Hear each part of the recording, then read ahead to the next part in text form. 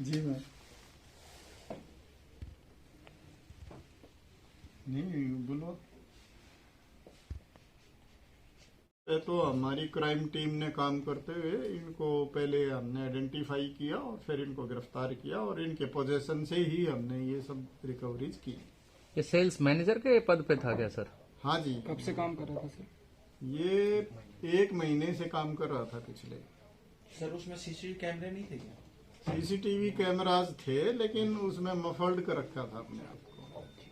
तो RD city का जो एरिया है उसमें गलियों में भी कैमरे लगे हैं और दूसरा उस एरिया के अंदर चोरी करना भी बड़ा मतलब टेढ़ा मेढ़ा काम है, क्योंकि वहाँ पर गार्ड, हर घर में गार्ड रहता है और हर गली में गार्ड रहता है, सिक्योरिटी गार्ड। नहीं देखिए, ये बात सही है कि भाई वहाँ पे इस तरह की सुविधाएं हैं, लेकिन उसके बावजूद भी इन्होंने अंजाम दिया और अपने आप को छिपा के वहाँ से निकल के भागे। किसी को भी इसकी जानकारी नहीं मिल पाई और कहीं भी इनकी कोई भी इस तरह की फुटेज भी हमें नहीं मिल पाई कि भाई ये आइडेंटिफाई हो पाए, लेकिन उसके बावजूद हमने काम किया और इनको पकड़ने में कामयाब हुए। हमारे दो क्वेश्चन है, तो गुड़गांव पुलिस कितने केस चोरी होने से पहले पकड़ लेती है, सीआईए लगा ले, और कितने केस हम चोरी होने के मामले में से इनको सॉल्व कर लेते हैं? देखिए, ये तो मेरे ख्याल से प्रश्न ही शायद सही नहीं है। चोरी होने से पहले कैसे पकड़ सकते हैं? चोरी होने के बाद ही केस, चोरी होने के बाद कितने घंटे बाद चोरी के मामले मैक्सिमम केस पकड़े जाते कुछ हैं? बेचा भी था इन्होंने। हाँ जी, इनमें से कुछ बेचा हाँ, उसकी रिकवरी के लिए अभी हम इसीलिए तो पुलिस रिमांड हासिल कर रहे हैं। और जैसे की बात हुई, इस तरह की फॉर्मेट में अभी मैं कोई डाटा उपलब्ध नहीं करा सकता कि कौन सी चोरी में कितने घंटे में पकड़ पाएंगे। देखिए, हम प्रयास करते हैं चोरी हो या कोई भी क्राइम हो उसमें तुरंत गिरफ्तारियां हो, सर इनका लेकिन सारी चीजें हमारे चाहने से नहीं होती, तो उसमें काम करते हैं, केस टू केस वेरी करता है।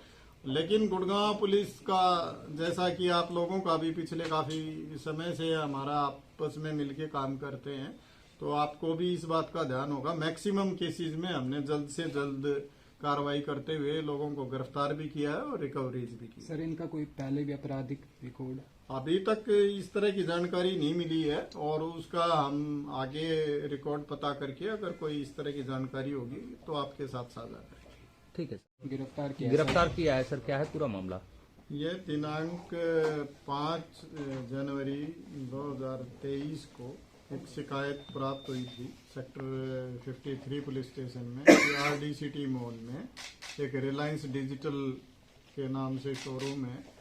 उसमें 4 तारीख को उसके कर्मचारी अच्छे से उसको बंद करके गए थे और 5 तारीख को जब वापस आए तो वहाँ से काफ़ी सारा सामान चोरी हुआ मिला, जिसमें लगभग 60 लाख रुपए की चोरी थी।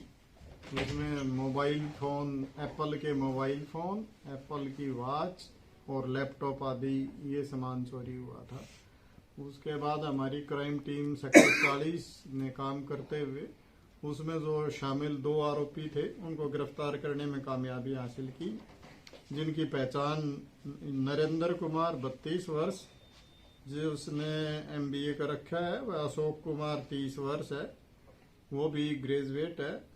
और इनमें से जो आरोपी नरेंद्र कुमार है, ये इसी मॉल में सेल्स का काम करता था और इसी ने अपने साथी को उसमें लेके, विश्वास में लेके, और इन्होंने ये योजना बना के इस वारदात को अंजाम दिया। हमने इन दोनों को गिरफ्तार कर लिया है और इनके पोजीशन से 57 आईफोन, 4 एप्पल की स्मार्ट वॉच, 2 लैपटॉप बरामद कर लिए हैं। बाकी जो सामान बचा है थोड़ा बहुत, उसके लिए इन्होंने अपना डिस्क्लोजर दिया है। उसके तहत आज हम इनको कोर्ट में पेश करके और पुलिस रिमांड हासिल करके और आगे की रिकवरीज की जाएगी। सर जितना चोरी सामान होता है उसमें लगभग कितना बरामद हो चुका है? उसका 95% सामान हमने रिकवर कर लिया।